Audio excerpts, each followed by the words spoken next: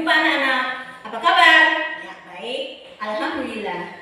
Sebelum kita melanjutkan materi pada hari ini, terlebih dahulu Ibu akan mengecek kehadiran kalian.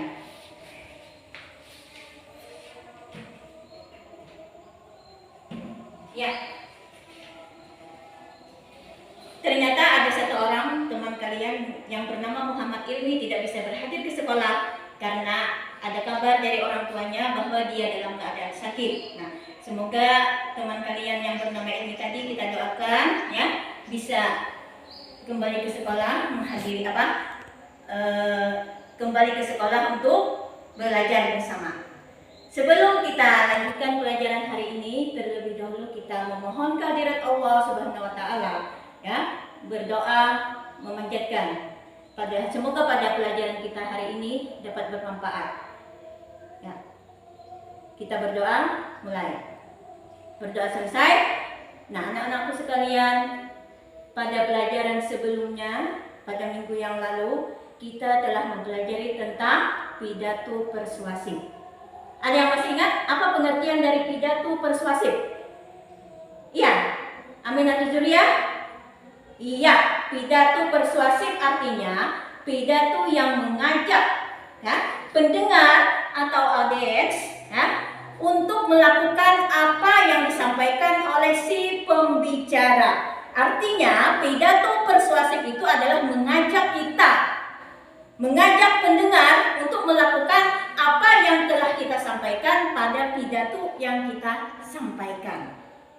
Nah, pada pelajaran hari ini, sebelum Ibu memulai pelajaran materi pada hari ini, terlebih dahulu Ibu akan mengingatkan ya, berbagai macam peristiwa yang terjadi di sekeliling kita yang menyangkut masalah bencana alam atau yang menyangkut tentang sosial kehidupan masyarakat. Nah, dari adanya peristiwa-peristiwa yang terjadi di sekeliling kita itu dapat dibuat sebuah tulisan. Yang mana tulisan ini akan digambarkan oleh seorang penulis ya. Yang penulisnya itu mengungkapkan perasaan apa yang terjadi, apa yang dilihatnya, apa yang dialaminya. Ia ungkapkan peristiwa itu dengan sebuah tulisan. Nah, jadi tulisan yang ia ungkapkan itu adalah berupa sebuah cerita fiksi. Nah, kira-kira dari yang Ibu gambarkan tadi, siapa yang tahu apa materi kita pada hari ini? Ya, yaitu, ya benar Sari, adalah cerita. Yang kita ceritakan di sini apa? Yang akan kita pelajari di sini apa? Yaitu tentang cerita pendek yang disingkat dengan cerpen. Nah, dari pembelajaran kita tadi, ada yang sudah membaca materi kita pada hari ini? Apa yang dimaksud dengan cerpen atau cerita pendek itu? Ya, betul. Ya, bagus. Siapa lagi yang bisa menjawab? Iya. Oh, ternyata ada yang pintar-pintar semua. Sudah mengetahui itu cerita pendek. Ya.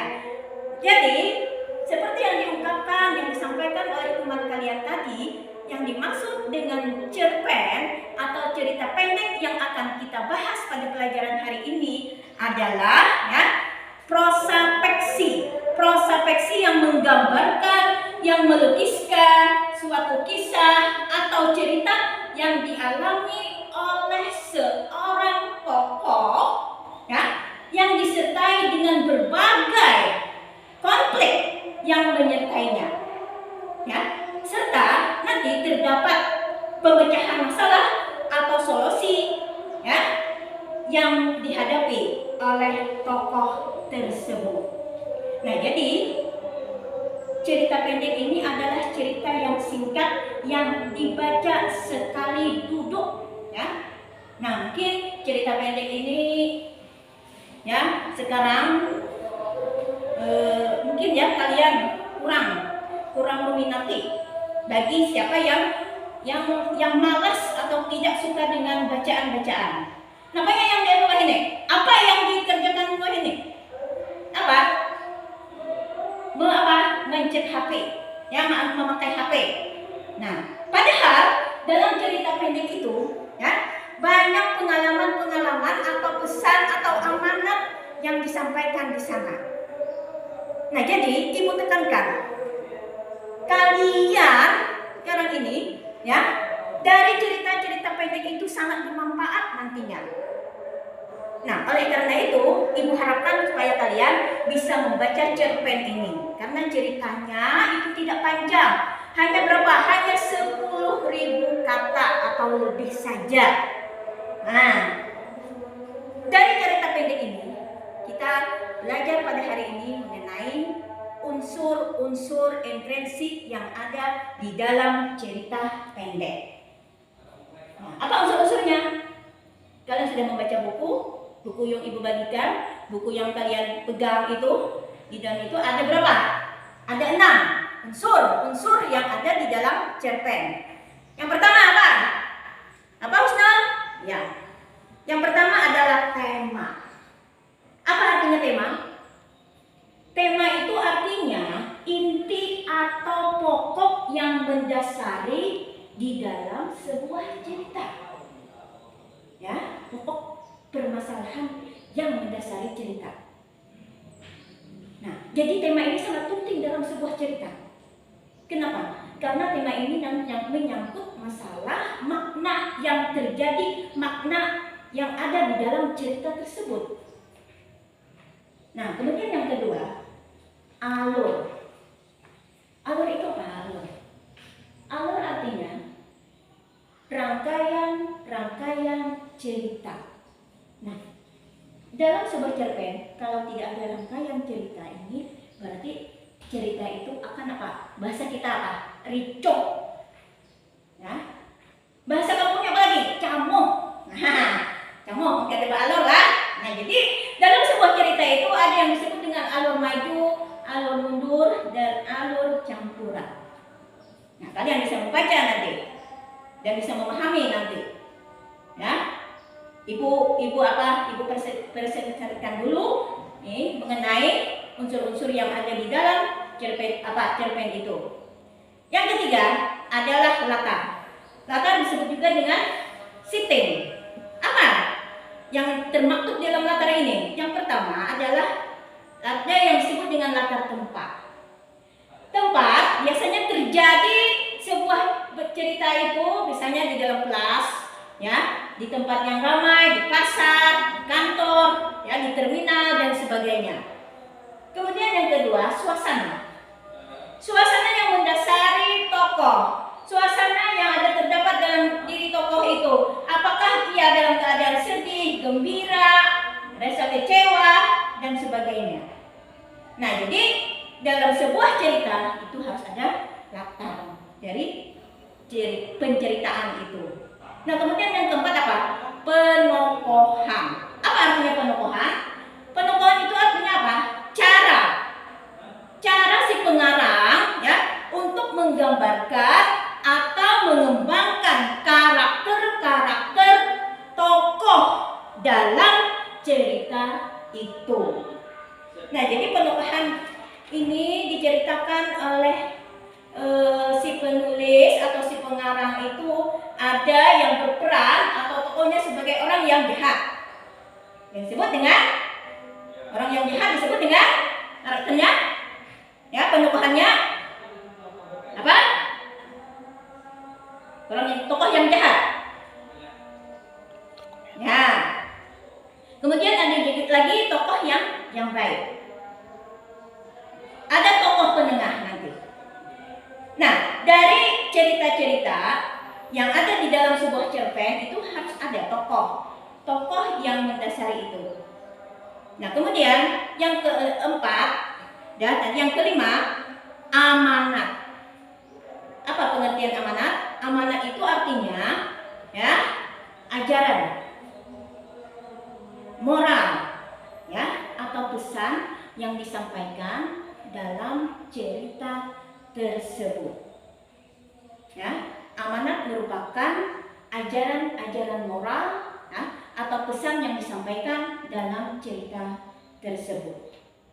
Nah, anak-anakku sekalian, dari unsur-unsur intrinsik yang telah Ibu sebutkan tadi, ya, untuk membahas lebih jauh untuk pemahaman kalian lebih jauh, maka Ibu akan memberikan tugas kepada kalian ya untuk membentuk kelompok diskusi ya, yang mana Ibu bagi menjadi 4 kelompok. Di sini Ibu sudah membagikan tugas yang Ibu berikan itu kepada kelompok kalian masing-masing. Nah, kalian bisa nantinya untuk mendiskusikan ya tentang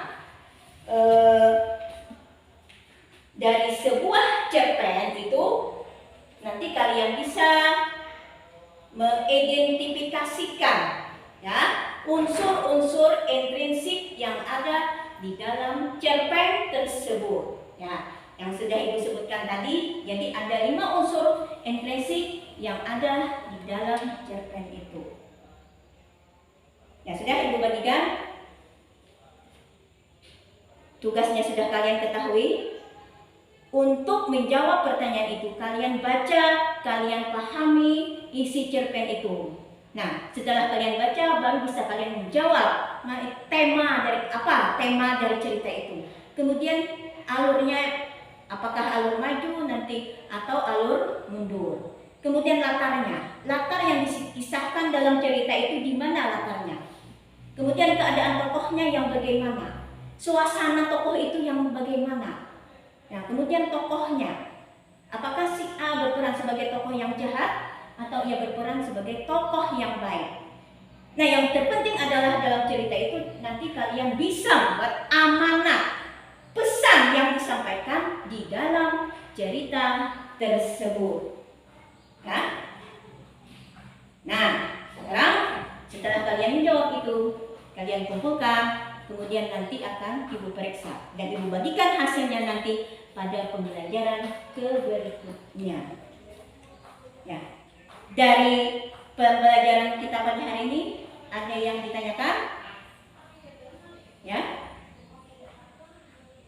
ya. Alhamdulillahirabbil alamin. Berarti kalian sudah mengerti apa yang Ibu sampaikan pada hari ini. Semoga pembelajaran kita pada hari ini dapat bermanfaat dan dapat kalian aplikasikan dalam kehidupan sehari-hari, terutama tentang pengalaman-pengalaman dari tokoh yang telah kalian baca dari sebuah cerita itu. Ya, untuk sebelum Ibu tutup materi pada hari ini, sebelumnya kita simpulkan bersama pembelajaran kita pada hari ini mengenai cerita pendek. Apa tadi kesimpulan cerita pendek artinya? Iya, cerita pendek artinya sebuah cerita yang menggambarkan atau mengisahkan ya tentang seorang tokoh yang disertai dengan konflik atau permasalahan yang dialaminya. Nah, serta terdapat solusi pemecahan dari permasalahan yang dialami oleh tokoh tersebut. Ya, cerpen ini adalah termasuk dalam cerita fiksi ya, hayalan. Kemudian unsur-unsur yang ada di dalam cerpen itu adalah ya tema, alur, latar, penokohan, dan amanat. Ya, kiranya bisa dipahami? Alhamdulillahirabbil alamin. Demikian pembelajaran kita pada hari ini. Ibu harapkan supaya kalian bisa mempelajari di rumah ya. Apabila ada materi yang belum kalian pahami, bisa kalian tanyakan baik kepada Ibu maupun teman kalian yang bisa menjawabnya. Demikian pembelajaran pada hari ini. Ibu akhiri dengan Assalamualaikum warahmatullahi wabarakatuh.